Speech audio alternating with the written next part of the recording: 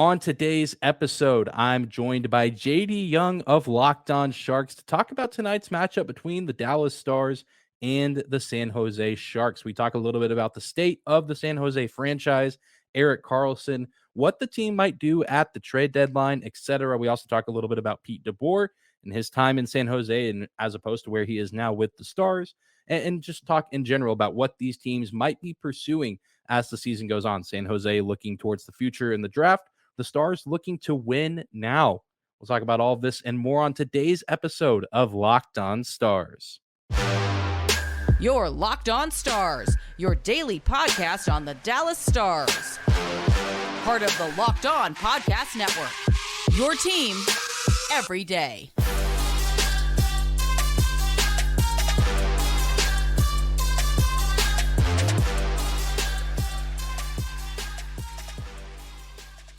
Howdy, Stars fans. Welcome back to the Locked On Stars podcast, the only daily podcast covering the Dallas Stars, part of the Locked On Podcast Network, your team every day. I'm your host, Dane Lewis, your local expert on all things Dallas Stars hockey, coming to you on this Wednesday, January 18th.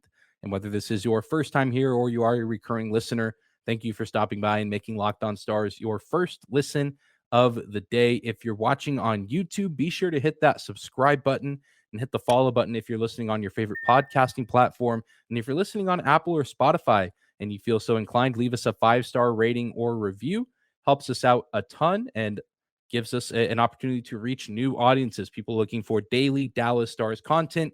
Can't find any other daily Dallas Stars podcast out there. Thank you guys for tuning in. Now let's not hold off any longer and jump into today's crossover episode with JD Young and preview tonight's matchup between the Dallas Stars and the San Jose Sharks and getting caught up to speed on what both teams are experiencing up to this point in the season. Welcome in, everybody, to this Western Conference crossover. The Dallas Stars on the road in San Jose for their final meeting with the Sharks this season. The season series split at 1 apiece, and talking about this game with JD Young, host of Locked On San Jose Sharks. JD, how's it going? Or I know this is kind of the last home game for the Sharks before, like we said before we started recording, a brutal road trip ahead of them. Yeah, it's been a long season, and it's about to get a little bit longer here for the Sharks as they, like you said, is their last home game before a massive East Coast swing where they take on teams like the Bruins and the Panthers and the Hurricane, just some of these like top end teams that are just going to put the final nail in the Sharks season that has been a bad one. Yeah, no doubt. And even with the bad, there is, of course, the bright spot, which is Erik Karlsson, who I know we've talked about before on previous crossovers this season. And I'm sure he's a hot topic of discussion this year, just with the performance that he's had. And I know that, there's a little bit of discussion. I know it's a weird player to talk about with, trade rumors because there's 4 years left on his deal. I think his $11.5 million cap hit per season lasts through 2027. Is this a guy that you for sure want to see stick around and maybe win the Norris Trophy? Is that kind of the ideal situation this season where the Sharks get, a potential top 5 pick and also, have a guy win the Norris Trophy? Yeah, I mean, it's going to be kind of interesting, right? Because there is a lot of talk of potential trade of Erik Karlsson, but like you said, he's got 4 years after this year on his deal, and we know how tight the caps are with most teams, right? Most teams are either up to the cap or really, really close to the cap, and I just don't see a team being able to fit in Karlsson's deal for the next 4+ years. And Karlsson's been having a great year this year, Norris caliber year, but that doesn't wash out what we've seen from the past 3 years from Karlsson, where he's been injury plagued and hasn't been able to stay on the ice. So, and yeah, I mean, like you said, this could be kind of the perfect run of, we're going to be a really bad team, but at least we have Erik Karlsson, who's really fun to watch. It kind of reminds me of Alex Rodriguez when he was on the Rangers for, way back in the day winning the MVP, but he was like on the worst team possible. Oh, yeah. So it could be kind of one of those type of situations for Sharks fans where it's like, yeah, we're really bad, but at least we get to watch Erik Karlsson do fun stuff. And it's been kind of a joy to watch it, especially when most nights are kind of slogs to get through games. Yeah, I have to imagine it's just exciting to at least have a player like that that's not just, playing well by the standards of the team he's on, but across the entire league. I mean, not many other guys are putting up the numbers he is. maybe Josh Morrissey in Winnipeg. And I know there's a few other good players, Cale Makar, spread out throughout the league as well. But Karlsson's certainly turning a lot of heads, and I think will be an interesting discussion as the season goes on of, his worthiness to win the Norris Trophy with the performance of his team. But I think if he keeps the numbers up, he should certainly be in the conversation. And he might not get dealt at the deadline, but I think there's a good chance that there could be some moves made with the Sharks selling, looking to build some capital for the future. What do you think are some of the more likely moves that we could see at the trade deadline from the San Jose Sharks? Are there particular players, whether that be prospects or at the NHL level, that you think could get moved? What do you think the plan is here, as we're, a little less than 2 months away from the deadline? I mean, yeah, you have to look at our potential UFA guys like Nick Bonino, Matt Nieto, James Reimer. Those three guys I think would help a lot of potential teams. Nieto and Bonino, great kind of third or fourth line guys who can kind of help come in, play on your PK is going to make your PK a lot better. They're going to, good guys in the locker room, kind of play the right way, all that fun stuff. James Reimer, I think if you're looking to kind of show up your backup goalie situation, or if your goalie maybe is a little dinged up, you want to give him some rest head into the playoffs, or if you need a guy who can kind of come in and start a few games for you, I think Reimer could be that type of guy. Or maybe if your goaltending's a little wonky and you just, want to throw another guy into the mix. Those three guys are kind of for sure gone. Prospect wise, Ryan Merkley, who's the Sharks' former first. I don't know, when I was getting into a discussion, when do you call a guy a former first round? That's when does but anyway, the Ryan Merkley, who is a first round pick for the Sharks, requested a trade. It seems like both him and the organization are kind of in need of a fresh start. So I expect him to get traded. And then other than Karlsson, the big one is Timo Meier, who is a an RFA after the season. So he has one more year that under control. You can sign him to a 1-year, $10 million qualifying offer next year, or you can give him a long-term extension. Timo Meier is really, really good at hockey. He's leading leading the Sharks in goals this year. I think he's at 24, 25 right now, and would be an asset to anybody's power play. Can score 5-on-5. Just a big power forward who gets the net, and he likes to shoot a lot. He's kind of the big thing where it kind of depends. Do the Sharks want to try to keep him, lock him up long term, or you trade him and try to get a kind of solid bounty of, a first round pick plus a top end prospect type of situation for Timo Meier, who's for a team that maybe they're trying to win a cup this year, and having Timo Meier step into your top line and step into your top power play and be a potential 40, 45 goal scorer for your team.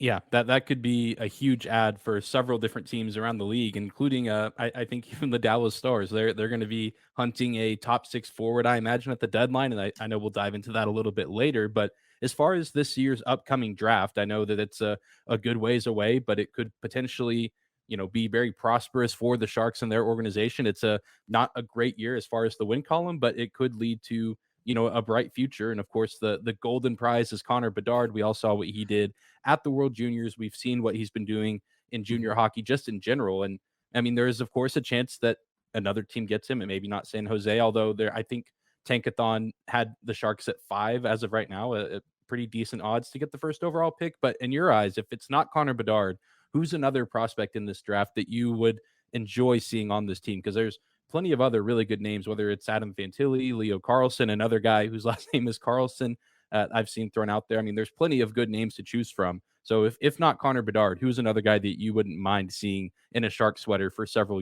years to come? I mean, both those guys that you just mentioned right there, Adam Fantilli would probably be the first overall pick in most drafts if it wasn't for Connor Bedard. Mm-hmm. He's a big center, kind of, plays at Michigan right now, but moves. You get a lot of the Eric Lindros kind of comparisons, which I think is a pretty lofty comparison. But having a guy like that, if you're able to jump up to that second overall spot, I mean, Connor Bedard is going number 1. We can I'm sure we'll start to see the think pieces about should Fantilli be the number? No, Connor Bedard is my number 1 guy. We can just stop that now. But Fantilli would be a great consolation prize. If the Sharks kind of stay put or in that 4 or 5 range, if Leo Carlsson is there for them, I think they're going to be laughing to the bank. What he's doing in the SHL, we haven't seen since Forsberg type of, or the Sedin twins Hmm. type of things. And we know the Sharks like to draft guys out of Sweden. 2021, William Eklund, first round pick. 2022, Phil Beested, first round pick. Going back to the Swedish well, I could see Mike Greer doing that as well, and having a guy like Leo Carlsson who can kind of come in, and then you have your Eklund and Carlsson kind of as the foundation of your future. Not a bad way to start. Yeah, no doubt. Definitely some special players in this year's draft, and like you said, Fantilli I think could be the number one overall pick if it wasn't for the generational talent in Bedard, like you said.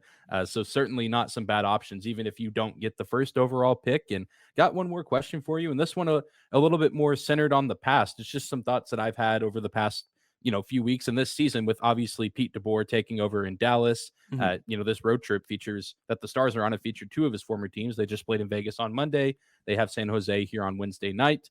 And I'm just kind of curious as to what your thoughts were on him while he was in San Jose and kind of when he was hired, because obviously he has this history of joining a team, making, the Stanley Cup finals or the conference finals, and then it's just kind of okay after that. And so I'm wondering, is this the peak? Is this Star season as good as it's been? Is this kind of where I should, let my expectations rest and they shouldn't go any higher? And I know the Sharks and the Devils even were, teams that missed the playoffs before DeBoer's arrival, whereas, here in Dallas, the Stars made it to the first round and almost beat Calgary. And Mhm. then Rick Bowness, they mutually part ways. Maybe a little bit different situation, but I'm just kind of curious on what your thoughts were on Pete DeBoer. I know we've maybe talked about it on and off a little bit, maybe even when not recording, but I mean, what was kind of the feeling with DeBoer even after, before he was hired, when he was hired, and then even after that Stanley Cup appearance?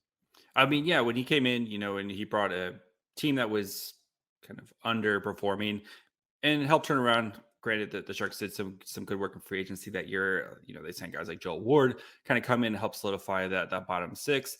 And they found a goalie in Martin Jones to kind of ride to that Stanley Cup final.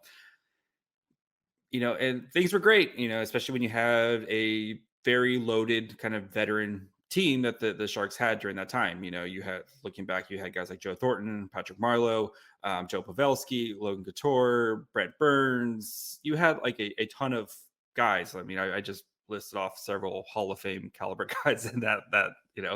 Um, but when things started to kind of fall apart, I don't know if he had like that kind of second pitch, right? If things aren't working well, what do you go to if this isn't working well? And you could see the Sharks at the start of the kind of the cracks in the foundation.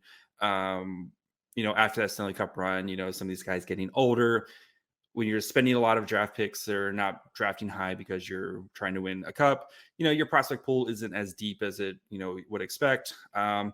And then you don't have guys to kind of come in and naturally replace those. And that's kind of where the Sharks were the past couple of years. But, some kind of lineup decisions, especially in the playoffs, of going for, the gritty guys over more skilled guys and stuff like that. That's kind of his power play, which I've not been a fan of, kind of that Pete DeBoer. And then we saw kind of this reincarnation with it with Bob Bugner, just I thought was kind of a very stale, get it to Brent Burns, let him shoot the puck. And then that works when you have Brent Burns and Joe Pavelski, two, really, really good guys at their position, especially Joe Pavelski and his ability to tip pucks, as you've seen over the last couple of years, where he just makes magic happen there. And having Brent Burns who can shoot rockets from the point, like that works. But then when you start to kind of take away those pieces, how do you kind of reinvent yourself? And that was kind of my worry with Pete DeBoer, just his inability to kind of, okay, I don't have these pieces anymore. How do I change my coaching philosophy to the guys I do have to try to get the most out of them?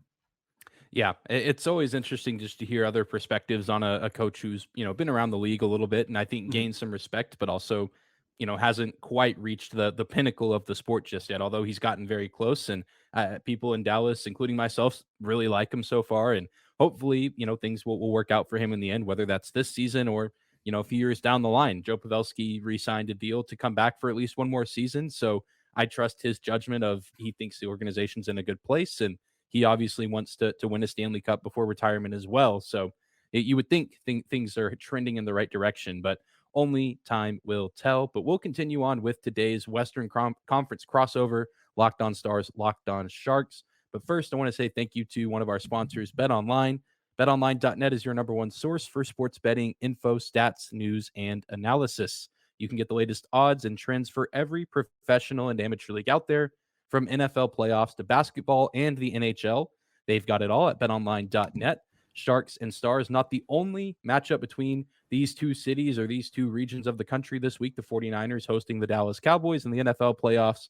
49ers favored as of right now, -3.5 over Dallas. So you want to bet on that or other NFL playoff games, NHL games, you can do so at BetOnline. If you love sports podcasts, you can find those at betonline.net as well. They're always the fastest and easiest way to get your betting info. So head to the website today or use your mobile device to learn more. BetOnline.net is where the game starts. All right, moving on this Wednesday, Western Conference crossover, Locked On Stars and Locked On Sharks. Flipping the script now to talk a little bit about the Dallas Stars, the road team in this game, their first and only trip to the Shark Tank this year. And JD, I'm here to give any insight that you or your listeners might want on the Stars, aka the feeding system for the Sharks. It seems with former players and former coaches at some point in their careers, it seems in small bunches making their way to Dallas. So yeah, I mean, we saw kind of the first time that these two teams played, and that was Jake Ottinger's first game back, right? And the Sharks kind of had their way, especially in a game where, a little rusty, right? And the Sharks, I think, scored 5 goals on 18 shots, which is definitely really sustainable in hockey. But then I think last time we saw it was actually a pretty close back and forth game until the end. What do you think has kind of changed the most since the last 2 times that these teams have met? And kind of especially with Jake Ottinger, who came into this season with a lot of expectations, got hurt a little bit at the beginning of the year, but I think is kind of starting to round into form, right? Yeah, no doubt. And part of, what's made him round into form is his ability to play really well on the road. I actually talked about it on yesterday's episode after the win in Las Vegas. He gets the shutout there. And he's had a few opportunities to pick up some other shutouts on the road as well. New York, Madison Square Garden, Keandre Miller scores with 0.9 seconds left. And then in Columbus as well, the Stars win a game where Columbus scored in the last 30 seconds of the game. So his numbers are good at home. They're good when they play in Dallas, but I think they elevate a little bit when they play on the road. And like you said, he played really well in the postseason. I think that was kind of the early indication of what his season would look like. Is he's kind of the backbone of the team on the road, because the Stars offense, it's better this year, and it's one of the better offenses in the conference and definitely in the Central Division, but it can disappear a little bit at times, especially when they're shorthanded. The Stars have been without Rope Hintz for a little over a week now, and so they haven't had as many scoring opportunities in some of their games. But Jake Ottinger has really been kind of the calmness amongst some of the chaos that the Stars have gone through, because they've played some pretty good teams with Rope Hintz out, both New York teams, Las Vegas. They played Calgary not too long ago. So, I mean, I think he's just grown a lot in his maturity and his preparation over the season. And I think, that first game where the Sharks came to Dallas and, beat the Stars by a pretty sound margin. I think it was 5-2, 5-1, something like that. Jake's first game back from injury. I think he uses those games like that, because every goalie has, is good. Even the best ones have rough nights or nights that they'd like to redo. And I think he uses those and doesn't ponder on them too much, and, gets back to work. And I think that's really all you could ask for in a 24-year-old goalie who plays like one of the best in the league, but in all reality still has the majority of his career ahead of him. Yeah, and you talk about the Stars on the road. The Sharks are abysmal at home. They have a 4-12-7 record at home this year. For some reason they just cannot play well at home. We saw against the Devils, they gave up a goal on the first shift of the first period. They gave up a goal the first 10 seconds of the third period, and they gave up a goal in the first the last 10 seconds of the third period. So they have a tendency to collapse at really inopportune times. So I don't expect anything different from here. But I mean, the Stars, I think, have been kind of one of the big surprises this year, right? I know Winnipeg right now is kind of leading the way, but I mean, we all kind of penciled in Colorado, like, hey, it's Colorado's division, and then we figured the Wild, the Stars, maybe the Blues. But I mean, Dallas has been way kind of better than expected. What do you think has been, other than Ottinger, what do you think has kind of been the reason for that? Is it his name, Jason Robertson? One of the big reasons certainly is Jason Robertson. He has taken some massive steps this season. And I think there was a stretch where he went on an 18-game point streak where he was kind of at the center of attention. He was tied with, Connor McDavid in points and goals. And then McDavid, I'm sure, got scared and is doing what he's doing He now, played the which is Sharks the other night. That's probably what happened. yeah, 83 points this season, and it's not even the All-Star break. He might hit 100 before the All-Star break, which is crazy to think about. But Jason Robertson is, still top 10 in scoring, top 10 in goals. I mean, it's unbelievable what he's done, and I think it's a huge credit to playing alongside Joe Pavelski and then also Rope Hintz when he's healthy. But Tyler Seguin's been slotting in as the top line center, and even he has done a pretty good job alongside those two. So it's made up one of the best top lines in the NHL that really can just go toe to toe with just about anybody in the league with that mixture of Pavelski's. You mentioned earlier the way that he tips pucks and just his vision and IQ mixed with the speed and shooting ability of the other two wingers. And it just makes all three of those guys incredibly dangerous. And I think that's a testament to Pete DeBoer coming in and implementing his system with this group of players. And I think that's been a theme across the league with all these coaching changes is some coaches left cities where their systems maybe didn't work, like Rick Bowness in Dallas, but now he's gone to Winnipeg and his system is working wonders up there. And of course, Connor Hellebuck, I'm sure helps that as well. And Josh Morrissey and so on and so forth. But Dallas, I think is the same way. Things didn't end well for DeBoer in Vegas. He comes to Dallas and he's got, that top line. He's got Jake Ottinger, and he's also got Miro Heiskanen, who he's maybe not putting up the same numbers as you would have seen maybe Brent Burns put up in San Jose when he was in more of his prime. But Miro Heiskanen and the defense in general, I think, has taken some steps forward in terms of contributing to the offense. It's Miro Heiskanen, it's Niels Lundqvist, even guys like Esa Lindell, who are more pure, defensive defensemen, are finding ways to score, whether that's actual goals from the blue line or just putting a puck on net and hoping for a rebound or a deflection. And it's really just, a lot of different guys getting involved and, you get some good contributions from your veterans, a lot of expectations on Tyler Seguin and Jamie Benn this season. And both of them are having some of their best years in a while. I mean, yeah, we know find you somebody who loves veteran like Pete DeBoer because he loves his veteran. He sure does. So, I mean, what do you think is kind of the missing piece for this team, right? If you want, we're going to start to kind of see that arms race as best we can between now and the trade deadline. And like I said earlier, I know a lot of teams are kind of dealing with cap issues and stuff, but what do you think is kind of the missing piece for this team to be able to go toe to toe with the Colorado or Vegas or the Kraken or the Kings and try to get out of the West? Yeah, and I think I hinted at it a little bit earlier, but I think the answer for the Stars is a top Matt six Nieto. Oh, I'm sure if only that could work out. Hey, second line winger Matt Nieto, baby. That's you never know. Sometimes a change of scenery is all you need, and stranger things have happened. That's for sure. But it's a top six winger. I think that's really what the Stars need, and they're getting that top line scoring, and everything else has really just been a kind of a mix and match hodgepodge of, well, let's try this guy with this guy and let's, change this lineup a little bit. Really, the only other constant players has been Jamie Benn and the rookie Wyatt Johnston, who's having a good season because he's playing alongside, a veteran captain of the team. But everyone else has just kind of been a revolving door, trying to find guys to play along Tyler Seguin on the second line and then finding guys that can, play those, tough grinding minutes on the third and fourth line, but also can score every now and then. And I think if they can get that true top six winger that can stay there permanently and kind of let these other guys trickle down the lineup, your Dennis Gurianovs, your Mason Marchments, then I think that the roster becomes a little bit more complete. And then, like you said, you can go toe to toe with some of these other powerhouse teams out West. And I mean, it certainly is an arms race. And I think the Western Conference is going to be a little bit more competitive throughout the longer this season, whereas it feels like, and this happened last year, the Eastern Conference was just kind of already set up by the time we got to the All-Star break. And at least with the top three spots in those divisions, I feel like we're going to be pretty set. And then it's just kind of a race for who's going to get those wild card spots. But out West, nothing is really secure yet with either team or either division.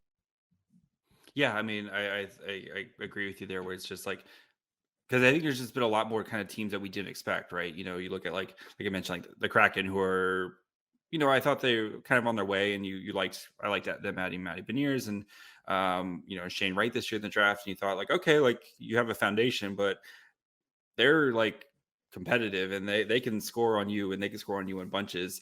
And then like the Kings, who again made kind of the same thing, like got that taste of the playoffs, working through their rebuild, and then okay, we're gonna add Kevin Fiala. Now look at us, we're ready to they need to kind of I still worry about their goaltending. Yes. And then Vegas, we know Vegas, whenever their guys are healthy, those guys, Eichel and Stone, that's a pretty good start for most teams. And then with Colorado being so injured this year, it kind of does feel like more wide open. But with Colorado, do you kind of feel like it's the looming kind of, or the sleeping giant that's ready to wake up and just start putting people stacking teams around here soon?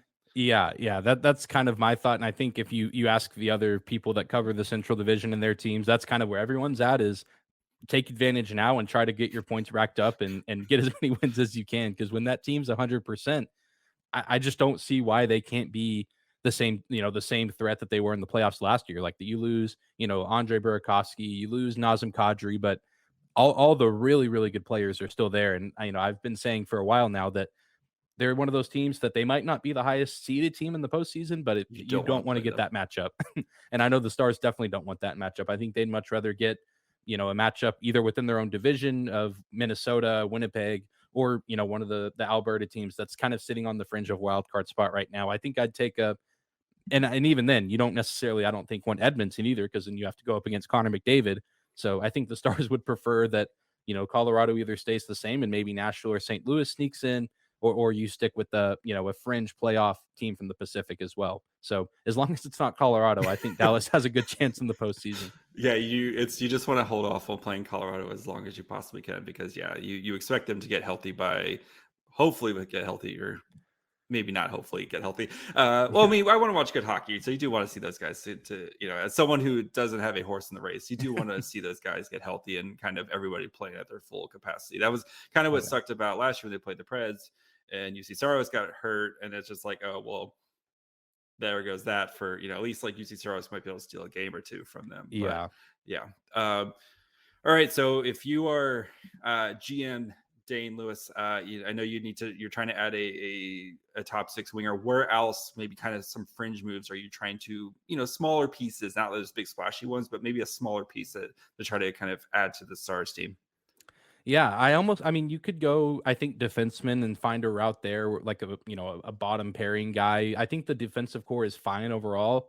There's a few gaps here and there, and there's some nights where defensively they're not super sound. I think they've been better as of late, but there's guys like Ryan Suter who's making way too much money for how old he is. And I mean, you just spend 2 minutes on Stars Twitter and it's, 20%, hey, we love Jason Robertson and we love Jake Ottinger, and then the rest of it is like, fire Ryan Suter into the sun. And so it's, it's guys like that, or guys like Yanni Hakanpää that are big guys. They can check hard, but they're not necessarily the most sound on the defensive end. And so if they might could look to round that out. But, you mentioned earlier, a lot of teams up against the cap, and the Stars, after, re-signing Jason Robertson and after extending Rope Hintz and Jake Ottinger, and Joe Pavelski is getting a new deal next year.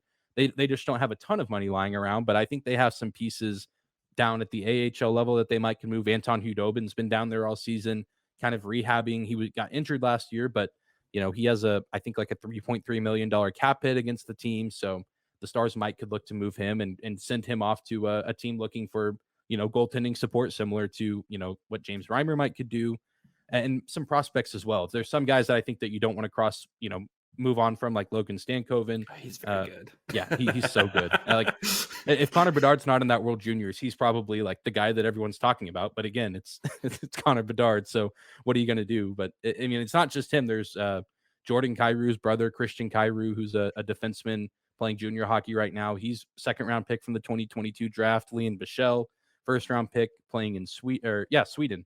That was representing Team Switzerland in the World Juniors, just both countries starting with S, and gets me confused. But there's certainly some pieces that, I mean, if it's a really, really, like franchise altering top six player, or, top defenseman, I think maybe you consider moving on from those guys. But it has to be like hey, this is almost securing an appearance in the conference or Stanley Cup finals. Cause like a Timo Meier. Exactly. Like a guy like that, or a Bo Horvat, someone that is going to come in, and instantly make an impact. Cause you also, it'd be nice to win a championship, but you also have the other end of, do we want to hold on to these young pieces and, play the long game? So I think that's really the only other move. I think goaltending is fine. Scott Wedgwood has been a solid backup, and I think that could even be who we see tonight in the Wednesday game in San Jose, with it being game one of a back-to-back. I'm really curious to see how the Stars approach the trade deadline with, one, their cap space, but also I just feel like they're not maybe the premier landing spot, at least in a lot of people's minds. I think some people think that guys want to go to Colorado or they want to go to New Mhm. York or even Boston or, a city like that out east. Yeah, I mean, I think though, that do you want to play the long game or do you only your window can close really fast? I mean, just as Sharks fans, right? Yeah. We were Western Conference Finals to we have made the playoffs in 4 years. This is gonna be the fourth year in a row, type of situation. Like it can close fast, and I know like and prospects too. I mean, every fan overrates their own prospects. I do the same thing, except for William Eklund. William Eklund's very good, but every fan overrates their prospects. But at the same time, we've seen prospects do amazing things. I'm not saying Logan St. Coven or whoever like they're gonna burn, but we've seen them flame out. I mean, Brian Merkley for the Sharks, amazing prospect. Just for some reason now, where it's just not going to happen, type of thing. So I think for a team like, especially like I know you do have a lot of young players like Hinson, Robertson, stuff like that. But I mean, Joe Pavelski, your Sagans, your Bens, those guys are getting a little long in the tooth here, and you got to think, especially with a guy like Pete DeBoer. I think this is probably their time, especially if Colorado doesn't get back to being fully healthy. This could be the time to try to steal one before the Avs kind of, regain their form and try to, roll through a couple Stanley Cups here for the next few years. So, Yeah, no doubt. It's a exciting year, I think, for any team in the Western Conference. It feels like it's anyone's game there. It's just a matter of once you make it to the Cup Finals, you're playing Boston, or I almost said Toronto, but we all know that they'll be out by the the first 2 weeks of the playoffs. But it's Boston, it's Carolina, it's Tampa. I mean, it's a tough year for sure. But I think DeBoer's been there, and I think this team has a decent amount of representation in terms of guys who've made deep runs, including some of the veterans on the team. So Mhm. a lot of these guys have been so close. And I think this could be, a year that they make a move, especially if they can take advantage of Colorado being down. And I mean, even Vegas, who started off Vegas the is year so hurt. Yep. strong, they're Yep. hurt. Seattle, is coming out of nowhere. And I know they just lost recently, but won like 8 in a row and 7 of them were on the road. So Yeah, but that team's it's a young, good year. they haven't put, you get to Yeah. the play, you know how it is, you get to the playoffs and it's a whole different thing. And Yeah. sometimes some of those guys are it's the lights get a little too bright. Yeah, no doubt. And I mean, especially that team, their top scorer is Matty Beniers, who's great now. But again, the playoffs, just a completely different animal. And a lot of those guys either haven't been or Yep. haven't been in a while. So it could make for an interesting playoff experience. And even, you have your teams like Winnipeg, who no one expected to be here, but here they are tied for first in the Central. And I think technically atop the Western Conference right now. I know they just lost to Montreal tonight, but they're They're refusing to very go good. away. They started off hot, and I thought, oh, they'll slow down eventually. They'll cool off, but they're still chugging along. Yep. Well, JD, thanks for doing this. Thanks for crossing over. Hopefully, it's at least an entertaining game. I know this is the last one for the Sharks for a while at home. So my fear is they're going to give the fans one more good showing, even though you said they're not very good at home. But They're terrible at home. No, this is like a 5-2 romp by the Stars. So yes. well, the Stars could definitely need it. They need to string some wins together and distance themselves in the division and in the conference, because again, Colorado's going to wake up eventually. So build up those points now while you can. Yep. But JD, thanks again for doing this. And if you want to take a second and just plug where Stars fans can find you in case they want more insight on the Sharks, especially with deadline season approaching, with you never know what's going to happen. Maybe these two teams could make it some sort of deal. Yeah, of course, you can find me on Twitter at MyFryhole. You can listen to the show on Twitter, Facebook, and Instagram at Locked On Sharks. You can watch on YouTube. I just had an interview with Montana Onyebuchi, one of the San Jose Barracuda defensemen, came on. So really fun chat. And then if you're into the draft, there's no better place to go than Locked On Sharks, because we have nothing better to talk about than the draft. So. Heck yeah, that's awesome. Yeah, always. It feels like every at least once a week I'm looking and you have some Sharks prospect or Barracuda player, which is super cool. And I feel like not a lot of other outlets to get interviews like that and get some insight from some players that are going to be part of that franchise for a while, hopefully. And I know even some draft picks as well you've had on recently. Yeah, I did have the Philip Beatstead after the Sharks' first round pick. He was on last week, so talking about his run on with Team Sweden. So that was pretty fun. Yeah, that's super cool. But if any Sharks fans out there want more information on the Stars, or Dallas Stars fans, if you're just now finding us for the first time, you can find me on Twitter at Dane _Lewis. Find the show at Locked On Stars on Twitter and Instagram. And same goes for the podcast as far as podcasting platforms, free and available wherever, as well as on YouTube. So be sure to give us a subscription or a follow wherever you are listening or watching. But thank you guys for tuning in to today's Western Conference crossover, Locked On Stars and Locked On Sharks. And we'll catch you next time.